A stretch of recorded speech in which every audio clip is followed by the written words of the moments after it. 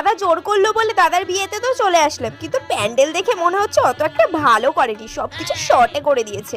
এখন তো দেখছি বৌদির সাথে কথা বলার জন্য আবার লাইন দিতে হচ্ছে। বৌদি কি সেলিব্রিটি নাকি? যত সব। বাহ বৌদি, বেশ সুন্দর লাগছে দেখতে। Thank you. এগুলো কি সোনার? হ্যাঁ, পিওর গোল্ড। seriously? সোনা ছাড়া কিছু পড়ি না, তুমি তো জানো।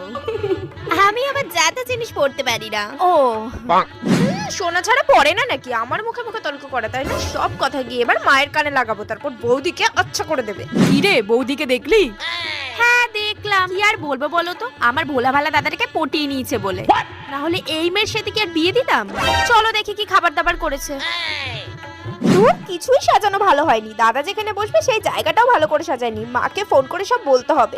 প্যান্ডেলটাও কেমন ম্যারম্যার করছে। রিয়েল ফ্লাওয়ার্স দিয়ে সাজালে মনে হয় বেশি ভালো হতো। এই ফ্লাওয়ার গুলোতে কেমন ধুলো পড়ে গেছে, কিছুই ভালো করেনি। ধুর, সবই খেলাম কিন্তু পেটটা ঠিক ভরলো না। আর